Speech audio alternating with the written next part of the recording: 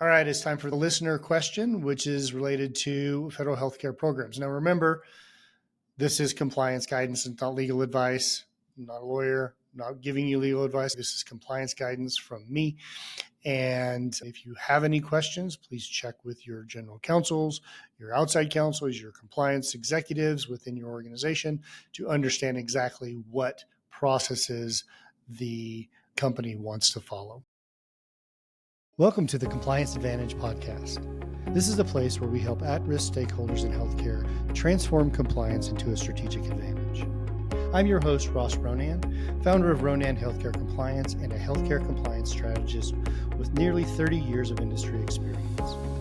I'll help you transform compliance into a catalyst for innovation and growth. Remember, compliance pays dividends. Invest today.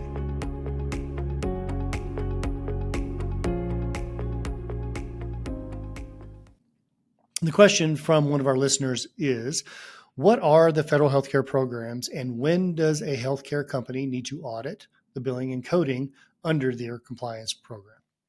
This is a great question. We get this a lot. And as we talk through the federal healthcare programs, there's a lot of misperception of whether or not everything falls into it, because everybody thinks that when you say federal healthcare program, you're thinking always Medicare. Medicare. True, primarily the biggest federal healthcare program we talk about in compliance, a lot of fraud, waste, and abuse related to Medicare claims. And so it definitely has the most weight to it. Second best under CMS, it's the Centers for Medicare and Medicaid Services, is Medicaid. That is actually locally driven by each state. It's funded by the federal government. It's given subsidies to those states, but the states monitor it and implement it. They also have their own rules. Sometimes they're a little bit more stringent than, say, Medicare rules, but most of the time they fall in line with what CMS says. Now, there are a lot of managed Medicaid agencies out there, meaning that there is a private company that's administering the Medicaid dollars, but they're still Medicaid dollars, right? So they're still going to fall under that exposure type area for regulatory issues related to billing and coding. The third, and CHIP, which is Children's Health Insurance Program, falls underneath that Medicaid bucket, but that's another piece of it that falls outside of Medicaid, is for kind of everybody, low-income families, low-income individuals. CHIP, Children's Healthcare Insurance Programs, that's really covers the child and being in a low-income family. There's a lot more other ones too, but the third and fourth one, however you want to call it, is TRICARE. TRICARE is really important because it skips a lot of people's minds, and that is any coverage that the government pays for related to military personnel, retirees, or their families. So anybody in the military is going to fall under TRICARE. Champus is another one of them for government officials or government employees, but those two are federal healthcare programs, and there's quite a few patients in that category of payer. And when you look at your compliance program, it really should be focused on any and all federal healthcare programs. Anytime you're taking money away from and you're being paid by the federal government, you have agreed that you are going to have a compliance program in place under the Affordable Care Act to ensure that that money being received you're doing the right things to receive it. And so your compliance plan should have regularly scheduled audits for all federal healthcare programs. The OIG says it needs to be routine and it should be performed at a minimum annually. Right? You need to have policies and procedures on when you're going to audit it. And if you do find any payments that have been inappropriately received, there is a time frame to return that money and do the audit, finish it, mitigate it, and then return that money as soon as you possibly can. And there's rules around that, the 60-day rule, as well as the time period it takes for you to identify under the repayment rules that came out a few years ago. All kinds of government investigations will happen related to RACs or MACs or UPIC audits related to TRICARE, Medicare, and Medicaid, as they are the biggest, essentially, elements of a program. If you look at the federal healthcare program, there is about 12 million individuals that are eligible for both Medicare and Medicaid, in addition to the other federal healthcare programs.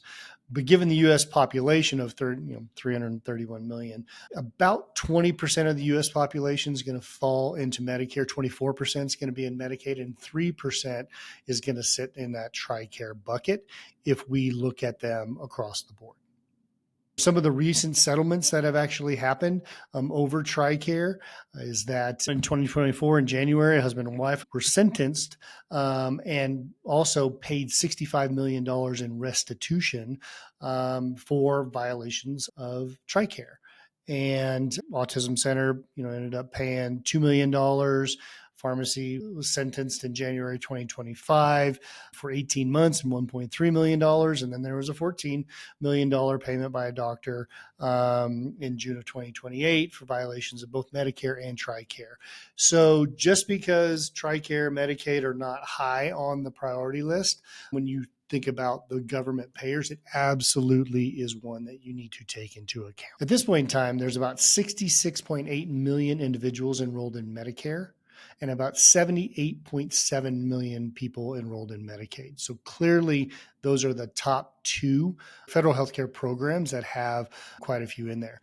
On TRICARE, there's about 9.6 million beneficiaries, including active duty service members, retirees, and their families. Make sure that your compliance programs are actionable and they have the ability to pull in all of this data, especially if you're in, just say TRICARE, for example, if you're in a location with a military base that provides a lot of services related to care that's being given to these TRICARE beneficiaries, those kind of compliance programs should be focusing a lot on that reimbursement, doing those internal audits, doing utilization reviews and see if there's an outstanding leveling of services that are going out under each one of these federal healthcare programs. As a compliance program, don't just focus on Medicare. Again, it's going to be a big portion of it, but you also need to spend time focused on the other government payers because there's risk in not auditing those and there's risk in pulling them out of your sample. Those claims need to make sure that they are billed and collected appropriately, and there should be a compliance program identifying as such. Keep the questions coming. If you have a question, please submit them in the comments to this podcast. We love them.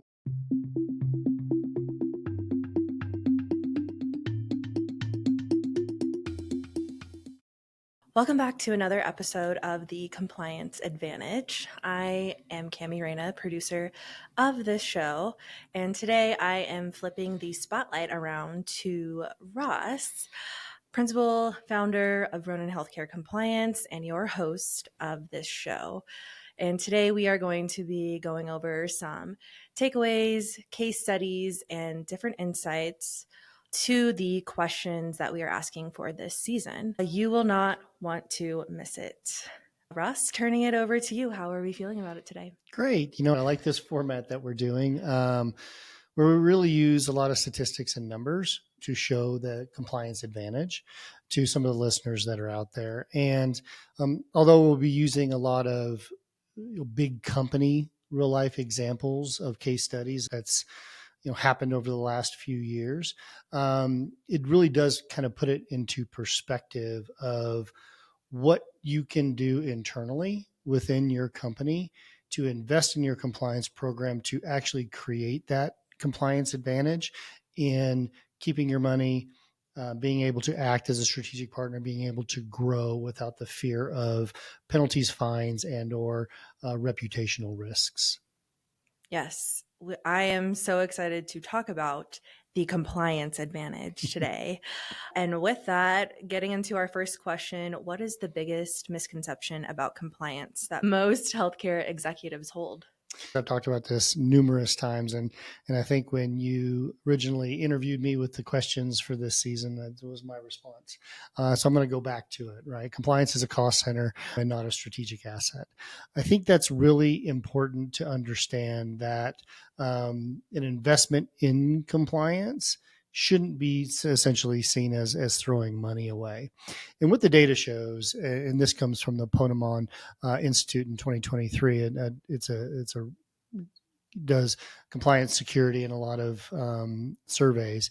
They said every dollar spent on compliance saves $5.92 in penalties, legal fees, and lost revenue. That is a 5 times multiple on a dollar spent. If anybody said, I'm going to increase my revenue 5 times, they would be like, that is incredible, right? But to realize that every dollar that you spend can actually save money on this.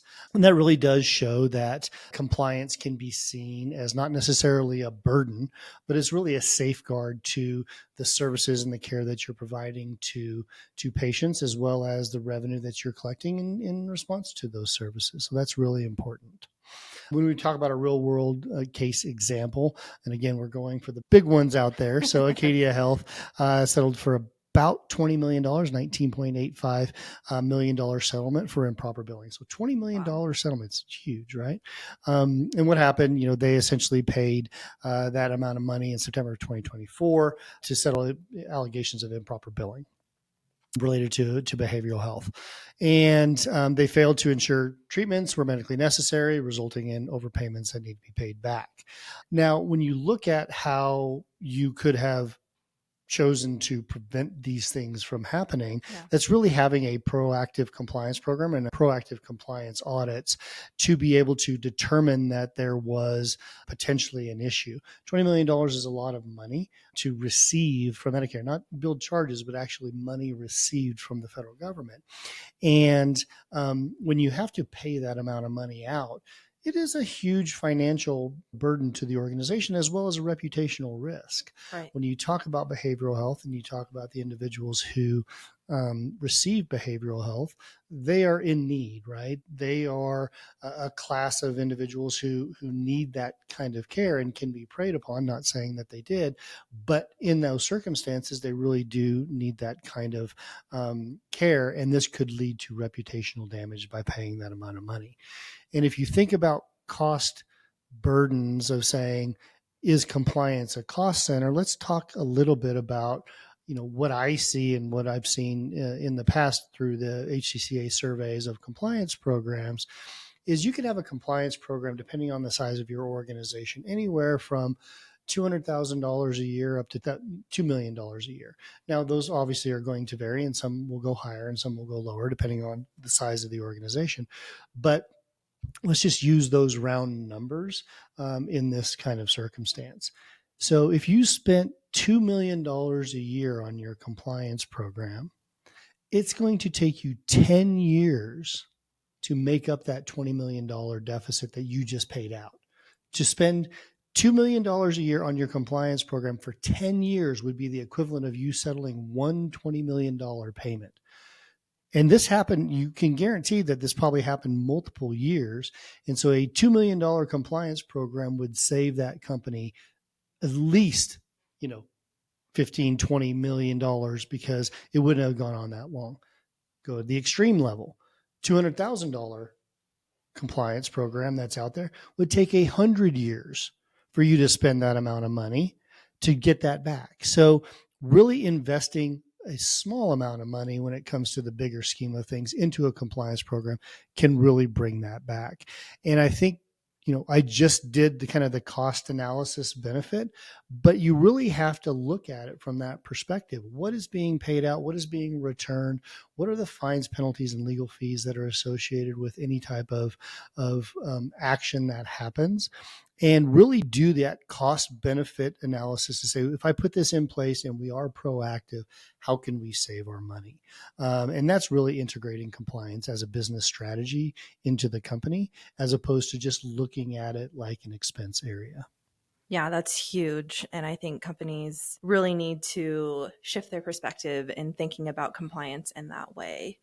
This episode is brought to you by Ronan Healthcare Compliance. At Ronan Healthcare Compliance, we believe in transforming healthcare compliance from a checkbox attitude to a strategic advantage. With decades of expertise, our team provides innovative solutions tailored to your organization's unique needs. We don't just help you meet your standards, we elevate your business, ensuring ethical practices are at the heart of what you do. Whether you're navigating complex regulations or seeking to enhance your compliance strategy, Ronan Healthcare is your partner in achieving excellence in healthcare compliance. Ronan Healthcare Compliance, redefining compliance, empowering leadership. Visit us at ronanhc.com to learn more. Now, back to the show.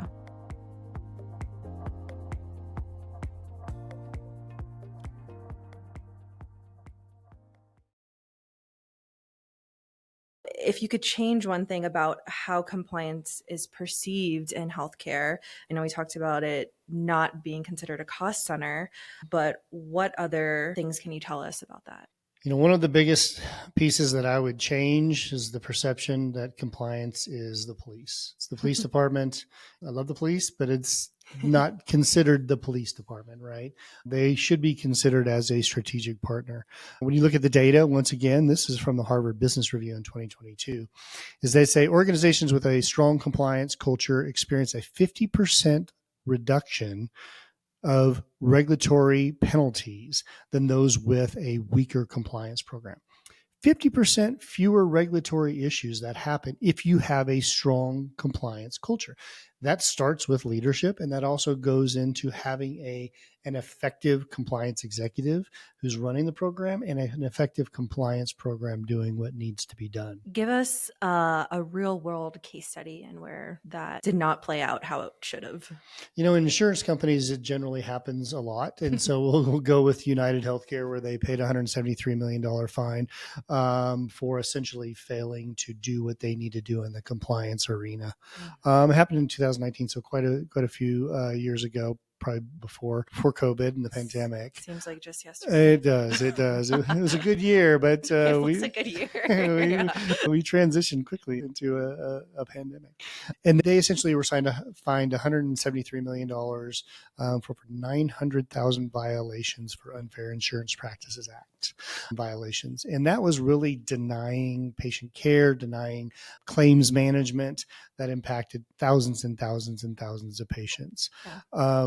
We look at that from what do we take away as a compliance program, right? If compliance is really in your daily operations and you're able to effectively run the program as a partner with compliance, then you'll see these issues come up way before it gets into 900,000, 1 million claims that get denied from that perspective. So if you're proactive to be able to do that and you really have that effective programming and invested in it, it can really really avoid massive regulatory violations and fines. Yeah. Give us an actionable takeaway from this real world case scenario. I think this is a good example of showing compliance as a value driver. $173 million is a lot of money, and doing proactive audits and making sure that there is that compliance culture really shows a good strategic value to the organization. And having a culture of compliance throughout the entire company helps prevent those issues from happening. And I think that's the culture that needs to be aligned so that you are not spending almost $250 million. Right. Yeah. Give us a light bulb moment when it comes to using compliance as a business advantage. It's funny, and a lot of people may not have experienced this, and I think it's really important to be able to experience it, is that compliance and the compliance function does build patient and partner trust. And what do I mean by that? That means that if the company is doing right, by their patients and or their employees or whoever that company partners with, it does lead to that feeling of trust and allowing that company to grow. Right. And that's really important to be able to say, how do patients feel comfortable with us? How do they trust us? And how do our partners trust us so that we can continue to service more people and provide excellent care? Yeah. Case study. Tell us about a case study. Well, McKinsey reported in 2023 that healthcare organizations with a strong compliance framework grow 20% faster than those with a weak compliance functionality. 20% growth. If you could put a 20% growth on your revenue, on your EBITDA, on how you're going to service your patient load, people would be ecstatic about that. And if you're just saying, if you have a good compliance program that has helped build trust with your patients, and you see this as a 20% growth rate without even doing anything else, but other than creating a culture of compliance, that's a really huge number to go after. Yeah, 20% is a huge impact. Right. What's an actionable takeaway that we can learn from this case study? Yeah, I'd like to talk about the GlaxoSmithKline settlement, $3 billion. I mean, that's a lot of money when we're talking about the big scheme of things. Again, we focused a little bit on the monoliths of healthcare companies that we're dealing with. But in 2012, so quite a while ago, they had the largest healthcare settlement in U.S. history of $3 billion. Wow. I know it's amazing that kind of money can be generated from a compliance issue. What they were doing is they were doing off-label marketing, kickbacks, and failure to report safety data issues. That's the allegation that happened and resulted in their settlement.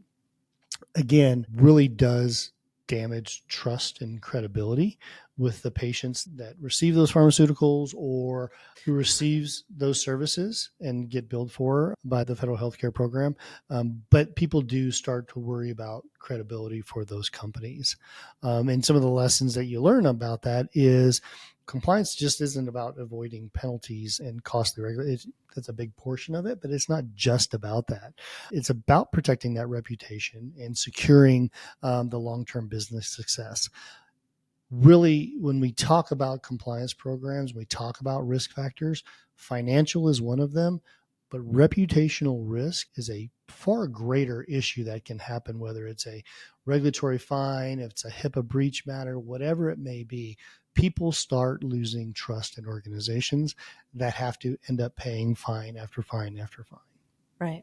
And I think you also talk about integrity too, Exactly. doing the right thing. Yeah. Exactly. Takeaways from this GlaxoSmithKline $3 billion settlement. Compliance can be used to build trust, right, for the organization, and how you talk to patients and how you market to them. Marketing is a big issue for compliance. A lot of people don't think that marketing, and in this case, they got hit with some off-label marketing and things like that. So marketing is a huge piece that people don't want to feel like they're being sold to, or they're being lied to, or they're being upsold, whatever it may be. So when we talk about marketing and compliance, it really can build trust in those two areas. Also doing your risk assessments and ensuring that the compliance program is hitting the things that need to be hit, as well as determining what those gaps are within the organization to prevent those issues from happening before and resolve those weaknesses. Yes. Risk assessments are crucial. I know we talk about compliance. If it was a superpower, what superpower would compliance have? Can you give us any key superpowers that we maybe haven't gone over before?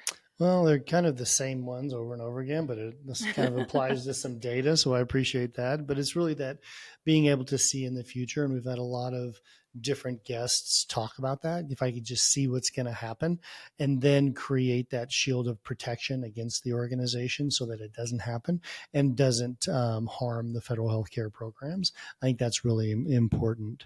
So, some data on this one is that the OIG reported in their guidance in 2023 that organizations with predictive compliance monitoring tools reduce risk of exposure by 70% compared to those that are just reactionary.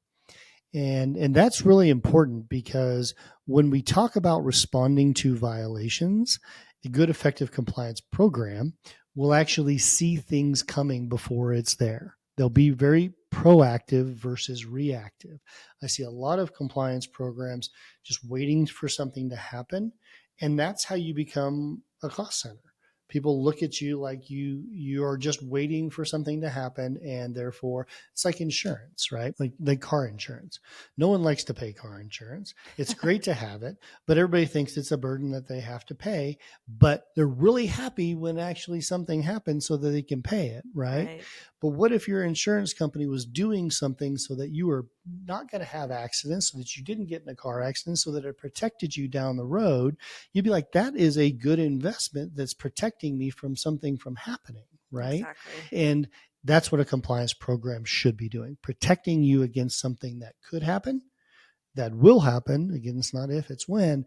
Something that will happen. What are you going to do to protect against it?